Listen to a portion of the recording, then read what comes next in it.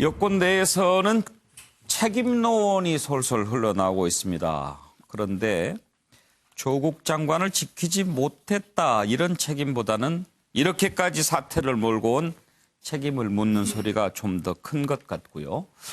지금 이제 이낙연 총리 사퇴론 그리고 역할론 이런 얘기도 나오는데 함께 짚어보도록 하겠습니다. 한 매체가 이낙연 총리가 일본에 다녀온 뒤에 총리직을 사퇴할 것이다. 그리고 그 뜻을 청와대에 전달했다 이렇게 보도했는데 총리실에서는 즉각 부인했고 이낙연 총리는 참 희한한 보도다 이렇게 얘기를 했다고 해요. 일단 그 해당 매체에는 좀 수정을 했다고 하는데 그런 얘기가 나올 정도로 지금 이낙연 총리 역할론이 솔솔 여권 내에서 나오고 있습니다. 아무래도 이번 조국 사태를 겪으면서 민주당 내에서는 이런저런 얘기가 나올 법하지요. 먼저 이낙연 총리 관련된 것부터 한번 좀 짚어볼까요? 일부 국무위원과 총리님의 총선 출마설도 이렇게 언론에 일부 보도되기도 합니다. 예, 그게 언제일지는 모르겠습니다만 저로서는 제가 스스로 저의 정치적 거취를 계획하고 있지 않습니다. 인사권자의 뜻에 따르겠습니다. 총리님, 출마설이 나돌고 있습니다. 21대 출마하시겠습니까? 총선입니까? 예. 현재로서는 계획을 갖고 있지 않습니다. 그럼 앞으로 바뀔 수도 있다는 얘기입니까?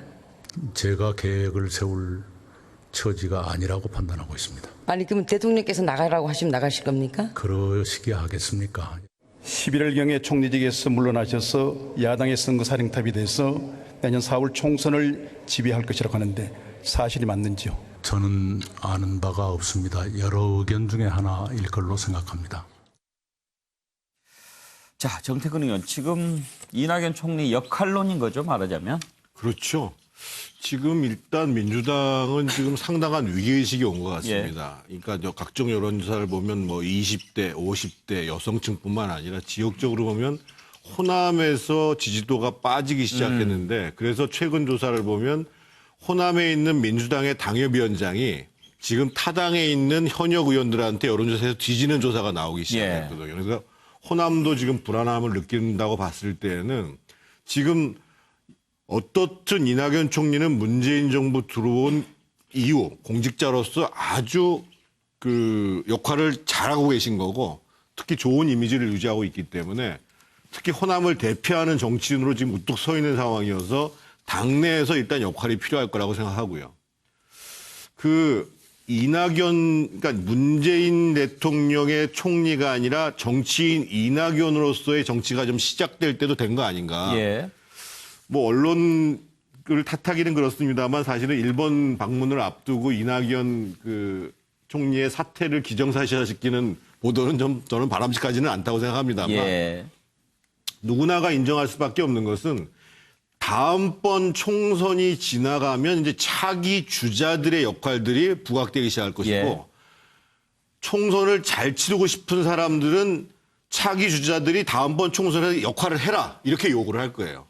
그렇게 되면 이낙연 총리로서도 가장 지금 차기 주자로서의 높은 지지도를 받는 사람으로서 이낙연의 정치를 다음 총선부터 실제로 보여주고 싶은 예. 그런 의사가 있을 수도 있어요. 예. 그래서 이 양자가 맞아 떨어지면 저는 올 연말 이전에 이낙연 총리가 새로운 길을 걷게 되는 일이 벌어지지 않겠는가 이런 생각을 해봅니다. 예. 오영식 의원, 지금 혹시 여당 내에서 이낙연 총리 기다리는 분위기가 좀 있습니까? 사실 뭐 당내에서 이 총리의 어떤 복귀의 필요성, 그래서 총선을 치러야 되는 거 아니냐 이런 이야기는 있어 예. 왔었습니다. 그렇지만 사실 대통령께서 신뢰가 두텁고 예. 또 그동안 국정 운영을 매우 훌륭하게 수행해 왔으면 또 왔고요. 또 그러나 다른 한편에서는 또 인사청문회나 국회 인준 등 그러한 후속 인선의 어려움 등 이런 것들이 종합되어서 예. 사실은 이낙연 총리의 거취 문제가 수면 밑으로 들어가고 이게 계속 총리직을 수행해 왔습니다. 이제 제가 개인적으로 이낙연 총리를 좀 아는 선에서 보면 여기 지금 제가 써놓은 것처럼 어느 기자의 질문에선가요? 예. 나의 마음은 정치인이다. 예. 저는 뭐 이낙연 총리께서도 예, 남미 순방에 가서인가 예. 뭐 그때 얘기했던 것 같아요. 이제 국정운영에서의 본인의 역할들이 잘 마무리가 되면 당으로 복귀해서 총선에 기여하고 싶다라는 생각을 가지고 계신 거로 압니다. 예.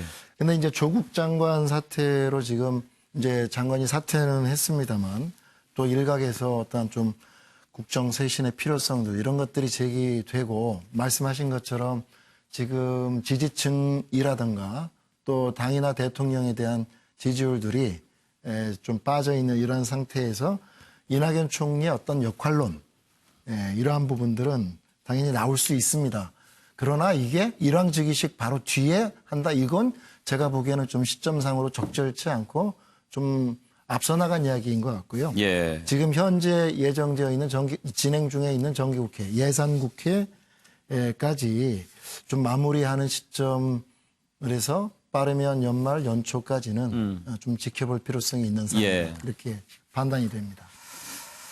정기남 교수 어때요? 이제 뭐 이낙연 총리 조금만 더 있으면 최장수 총리는 이제 기록을 세울 것 같고 그런데 이제 뭐 매체 제가 매체라고 그랬는데 문화일보라고 나왔으니까 문화일보 보도 나왔을 때 참 희한한 기사네라는 것을 보면 그렇게 기분이 나쁘거나 이거 당장 오보야 뭐 저 대응해 이거는 아닌 것 같아요. 그렇습니다. 저도 그런 느낌을 받았고요. 예. 물론 문화일보 기사를 인정한다는 게 아니라 예. 상황 자체가 지금 그렇게 가고 있다라는 것을 이낙연 총리도 잘 알고 있는 것으로 보여져요. 예. 저는 조국 장관 임명 이전만 하더라도요.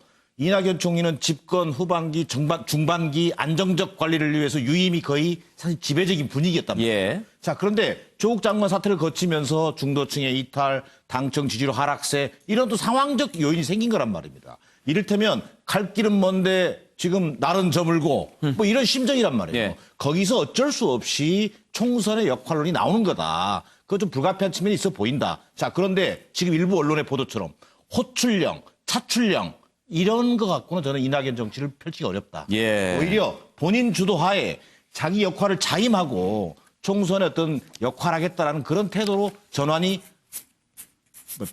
필요한 시점이 곧 올 걸로 보여집니다. 예.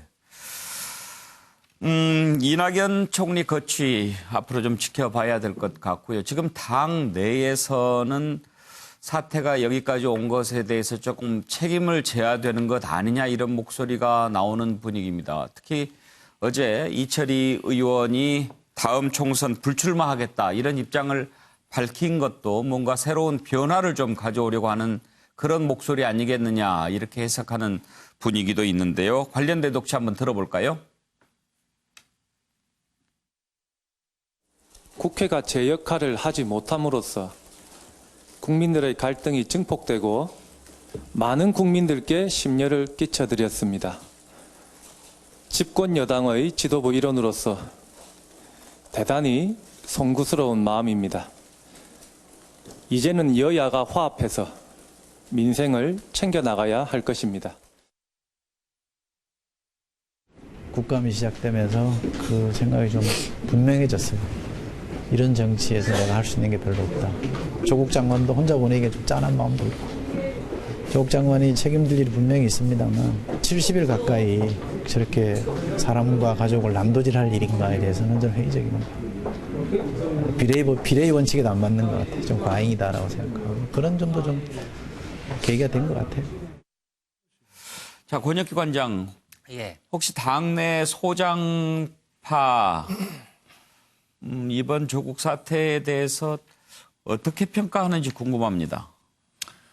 일단은 뭐 그 당 지도부를 중심으로 해서 저는 66일간 사실 철저하게 당만 생각한다면요. 그리고 이제 총선을 앞두고 있는 각 지역의 후보자들 입장에서만 본다면 상당 기간 오랫동안 지지율이 계속 하락하는 예. 국면을 사실 감내했습니다. 이제 과거에 민주당이 뭐 국민의당과 이게 분리되기 이전의 일 유추해 보면 굉장히 이런 정국을 69일간 이렇게 버텨낸다는 게 상상이 되지 않을 정도로 잘 버텨냈었던 것이거든요. 예. 그랬던 이유는 물론 뭐 광화문 집회에서 국민들의 요구도 있었습니다만 집권 여당으로서 서초동에 모였던 검찰 개혁에 대한 국민의 요구, 야당이야 광화문 집회의 목소리만 국민의 목소리라고 인정하면서 외치면 그만이지만 집권 여당은 양쪽 국민의 목소리를 다 받아 안고 검찰 개혁까지도 완수해야 하는 이런 숙명적 과제가 있는 것이죠. 그런 와중에서도 저는 상당히 지도부와 함께 질서 있게 조국 장관 사퇴 시기까지 잘 진행을 시켜왔다고 일단 보고요.